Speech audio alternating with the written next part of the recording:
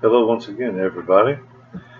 I wanted to throw another bit of thought out there on one of the issues that uh, I don't know, maybe is resolved, but currently faces the country one way or the other.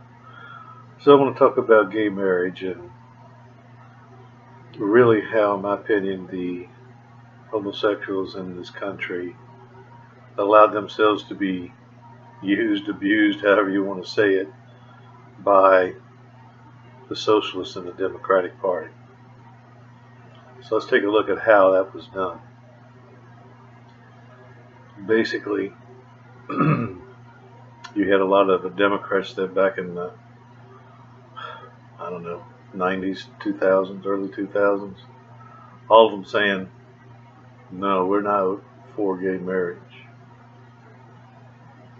Turning around now saying, yeah, we are for gay marriage. Now, I think one of the biggest things that the gay people wanted was the ability to be able to get the rights associated with married people. You know, married couple has a lot of rights out there, and there was no real, how should I say, there was no real methodology for that for gay people. Now, there are a lot of people out there, and it's not just Republicans, there are a lot of Democrats out there that disagree with using the term gay marriage, just using the term marriage, basically. I mean, everybody knows that, you know, marriage has that connotation where there's going to be a offspring produced progeny, you know, something that cannot happen with a same-sex couple. I, just for the record, I don't care whether you get married or not. It don't mean anything to me. I'm not part of your community. I don't care. But a lot of people do. And I think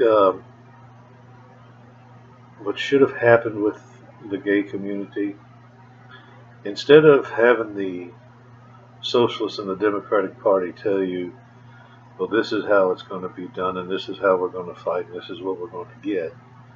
And eventually, of course, it went to the Supreme Court.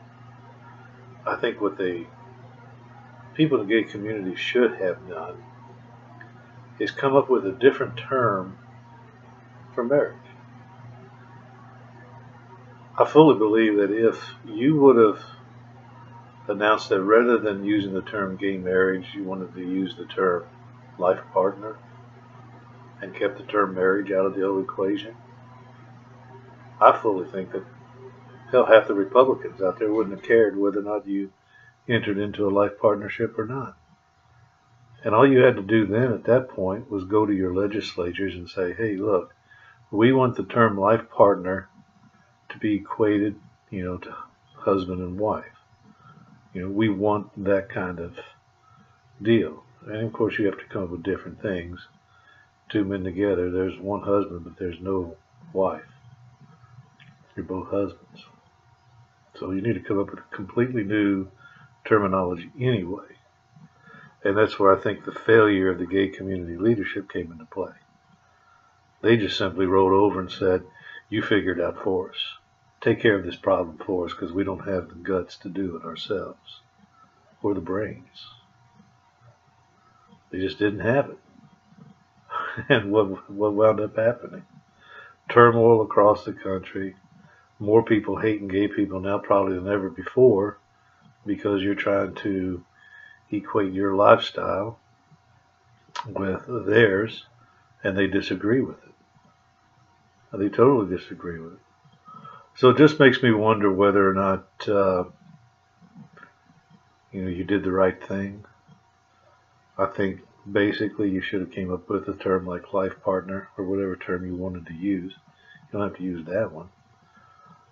And then went to the legislators and said, hey, you know, we want to use this term. We want to be able to wed in a church. Okay. And like I say, I'm like most people out there. I don't care. Do what you want to do. It's your life. You know? And that's the prevailing attitude of most people. We don't care you're gay. That's fine. just don't bring them my way because I'm not. So I just think you allowed yourselves to be used, abused, um, and that truthfully you have very weak leadership within the gay community, and maybe you should reevaluate who your so-called leaders are currently, and maybe think about replacing them. And even though the Supreme Court ruled that gay marriage is legal, um, I personally think that doesn't necessarily mean a state has to agree to that, because it's not a ruling of constitutionality. It was a ruling whether it was legal or not. And the states have the right to self-regulation, self-rule, if you will. So my personal belief is that a state could stand up and say, we're not going to take it, and we're not going to do it. I haven't seen a state stand up to the Supreme Court yet. But just because the Supreme Court rules something is legal or illegal does not mean a state has to recognize or ratify. So if you change your methodology and come up with a term like life partner and get your rights associated with the life partner that's the same as what the married couple have, I think you would have had a much easier road. I think you would have had a much calmer road. And my personal belief is that it's a much better solution, because you're not trying to tell people this is how you have to be recognized. In that kind of instance, you're telling people this is the way we want to be recognized. And I don't think it's too late to amend that. You could probably still get out there and take care of it. Thank you.